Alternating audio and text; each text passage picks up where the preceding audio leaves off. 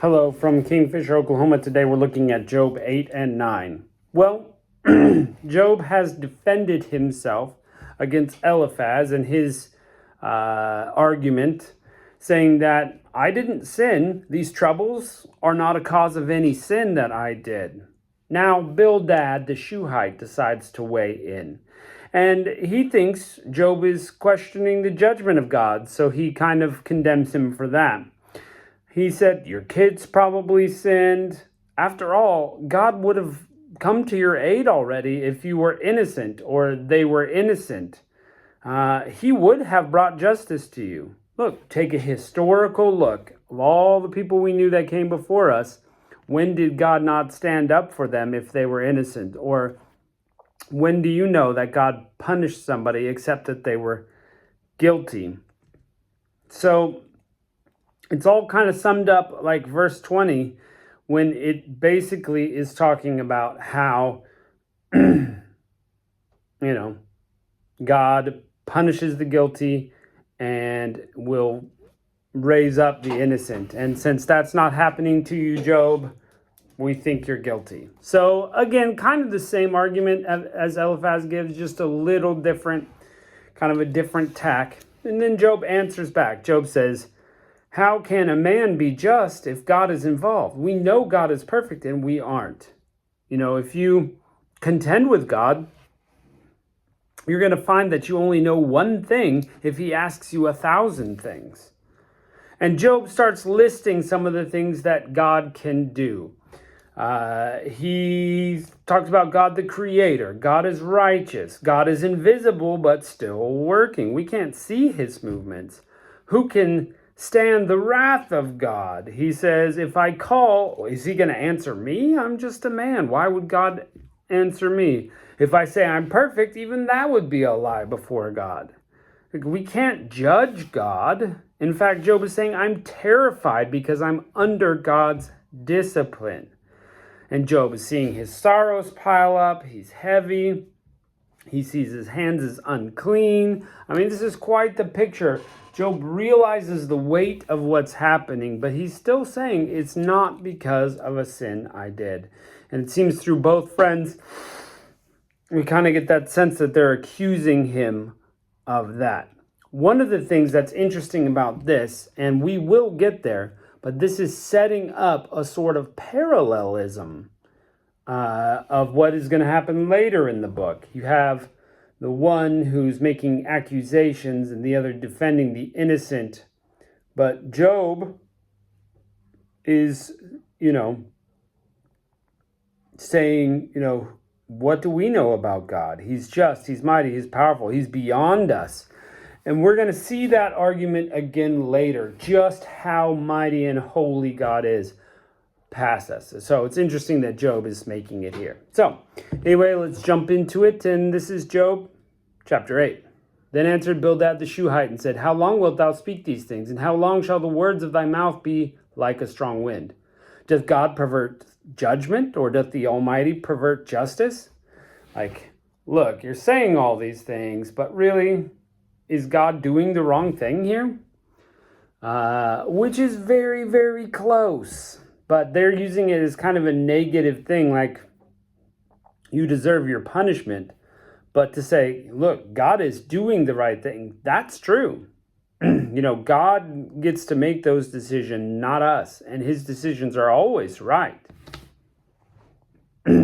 But it isn't necessarily because we sinned. And that's the part that kind of gives us a hitch in our brain. Because it's like, how does that work? We don't understand, because we want justice. But we forget,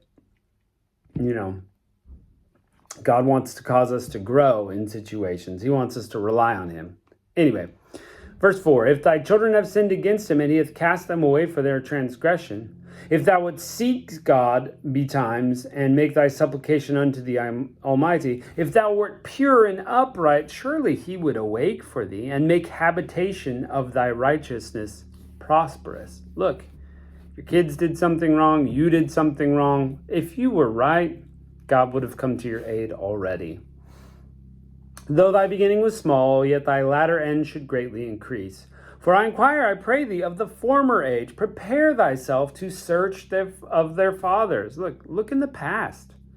For we are but of yesterday, and know nothing, because our days on earth are a shadow. We're a short time, but look in the past.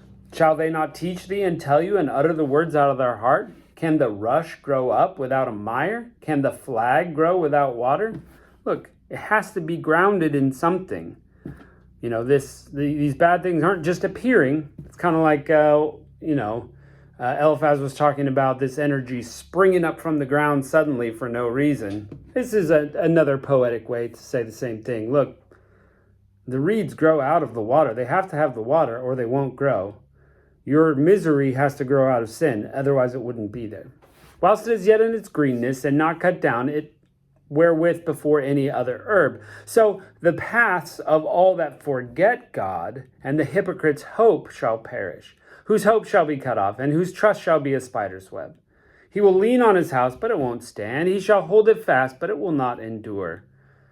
He is green before the sun, and his branch shooteth forth in his garden. His roots are wrapped about in a heap, and seeth the place of stones. You know, it's all going wrong because you're a sinner.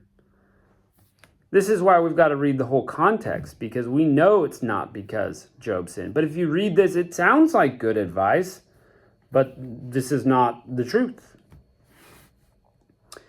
Behold, it is, if he destroy him from his place, then it shall deny him, saying, I have not seen thee. Behold, it is the joy of this way, and out of the earth shall others grow. Behold, God will not cast, this is it right here, people. This is the exact thing that Bildad is saying. It's a summary. This is how poetry goes. Just maybe a little longer, but you get the summary. Behold, God will not cast away a perfect man, neither will he help the evildoers. So, if you were perfect, you'd be fine. If you're an evildoer, you get punished. Job, you draw the conclusion. You're getting punished, so ... Till he fill thy mouth with laughing and thy lips with rejoicing.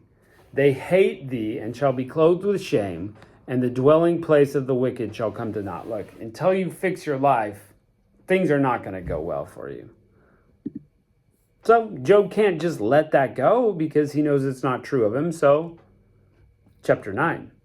Job answered and said, I know it is so of a truth, but how should a man be just with God? If he will contend with him, and he cannot answer him, 1 in 1,000.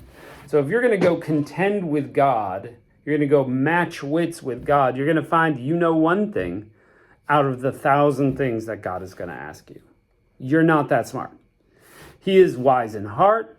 He's talking about God. Job is talking about God. He's wise in heart, mighty in strength, who hath hardened himself against him, and hath prospered. Like, if you are going to fight God, who wins that fight? God does.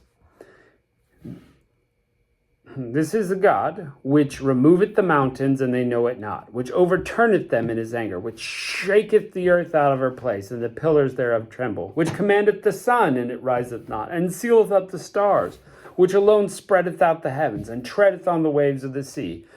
So all those things God does by his power, and you're going to harden yourself to fight God.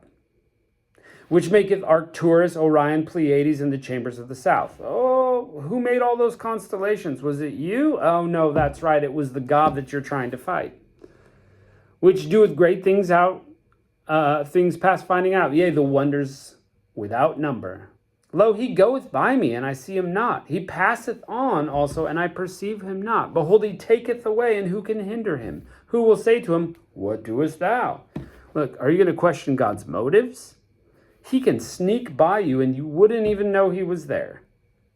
That's who this God is. This amazing God who made the earth. He gives earthquakes. I mean, all these great and mighty works he does, and you're going to question him? This is a great question because, we still do that today. We think, I'm going to decide how life should go. I'm going to decide what's right and wrong. Really? Against the God of the universe? You're going to say, I know better?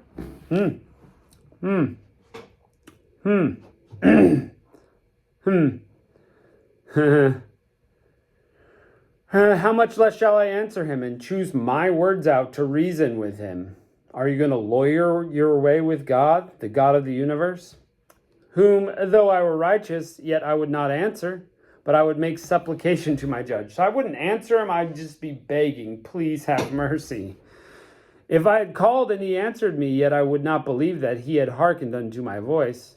Like if I'm suddenly talking to God after I asked him to talk to me, I would just believe it's of his own strength, not because I asked him, because I don't control God, though that's what we try to do. For he breaketh me with a tempest, and multiplieth my wounds without cause. Look, you've seen it. All this destruction in my life comes from him. My wounds are there, but they have no cause. He will not suffer me to take my breath, but filleth me with bitterness. If I speak of strength, lo, he is strong. God is strong. And of judgment, who shall set me a time to plead? If I justify myself, my own mouth shall condemn me. If I say I am perfect, it shall prove me perverse. It's a lie to say I'm perfect. Though I were perfect, yet would I not know my soul, I would despise my life. This is the one thing, therefore I have said it, he destroyeth the perfect and the wicked. So, both get destroyed, which is true. We go to death, the ones that we see as good and the ones that are bad. If the scourge slay suddenly, he will laugh at the trial of the innocent. The earth is given into the hand of the wicked. He covereth the faces of the judges thereof. If not, where? And who is he? So, now Job is throwing some questions God's way. He's not really talking to Bildad, but he's going like, look, there's things that happen in earth that don't make sense. The wicked have their face, the wicked are prospering while the judges have their faces covered. Justice doesn't always go the right way. And that's true. That is true. We've seen bad things happen to good people and good things happen to bad people. That's just how it goes. And so, but Job is laying that at God's feet. I wouldn't say he's accusing per se, but he is definitely putting that towards God. And then he reminds us how difficult his life has been and how heavy his grief is. Now my days are swifter than a post. They flee away. They see no good. They are passed away as swift ships, as the eagle hasteth to the prey. If I say I will forget my complaint, I will leave off my heaviness and comfort myself, I'm afraid of all my sorrows. I know that thou wilt not hold me innocent.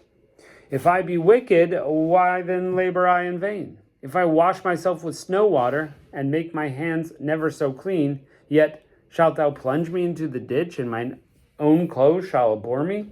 He's like, are you going to push me back into these difficulties? For he is not a man, God. God is not a man, as I am, that I should answer him, and we should come together in judgment. Look, I'm not judging God. I'm not the one that's supposed to be in charge of him. Neither is there a daysman betwixt us that might not lay his hand upon us both. Let him take his rod away from me, and let not his fear terrify me. So please stop disciplining me, and I'm so scared of your discipline. Then would I speak and not fear him, but it is not so with me. So, Job doesn't get to call the shots. He's leaving that in God's court. And it's very poetic ways to put it, of course. That's kind of how this book goes. Our pal Gabe said, it's a poetic book, that's for sure. But it's also a little bit philosophical as well. Talking about why bad things are happening to good people. Getting accused, well, you must have done something bad. Well, no, I didn't. And that kind of sets that up in our life for trials. Like, that's how we answer about trials. Like, why are you having a trial in your life? It just happened. It's a broken world. God allows it, maybe for our benefit. But it's hard. I understand. It's hard to walk through a trial and have that kind of attitude. But we need to at least know in our minds that that's true. Because it shapes our vision about God, People think God is up there as an evil man just wanting to squish people and make their life hard.